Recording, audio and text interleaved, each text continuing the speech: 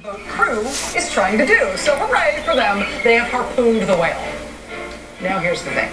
The harpoon has a rope attached to it, and they tie the rope onto the boat.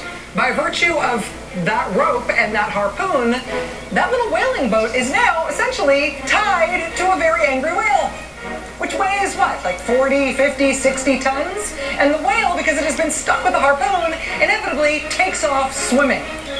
And because the boat is tied to it, the whale is towing the boat behind it at speed. The whale has just taken off now across the ocean, dragging our little... Sorry for Rachel Maddow, but when you see a video opportunity, you gotta nab it. Water skiing behind a wounded, furious, huge creature. A creature that doesn't look like it here, but in real life is way, way bigger than them. If that Leviathan creature tires out, and they are able to complete the kill, our little crew is going to be the richest crew on the ocean tonight. They got their win. But if something goes wrong, like say the whale doesn't get tired and it runs away with them on this Nantucket sleigh ride over waves the size of houses, goodness. How long can the crew survive that in their little boat? And worse, the whale. What's happening now? The whale could decide to sail. When a whale sails, that means it is diving deep to the bottom of the ocean. If a whale is tied to a comparatively small boat and it decides to dive, we're having a little the deepest of the deeps where the giant squid lives and sailors die.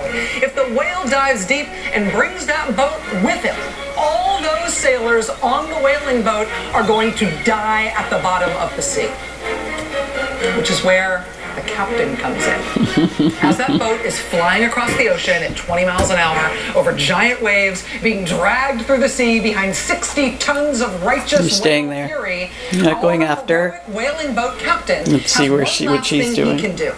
If he thinks that whale is going to sail, if he thinks that whale is going to kill them all by dragging them down, he can use the most important tool that he has on the ship. I think there's going to be something. There's going to be interaction. I'm sure of it. He can use that as a last resort. Or not. To cut the rope. If he needs to do it to save their lives. Tucked under the bow of every 19th century whaling ship. There's some kind of tool of last resort. What do you call it? It is up to the captain to wield that hatchet when it is necessary. Not metaphor. To decide that something that Rachel's talking about, but I don't have a clue. I'm sure it has to do with it was the hope of every the coup in our government. Is it here? Okay, girls, I guess you're done with each other.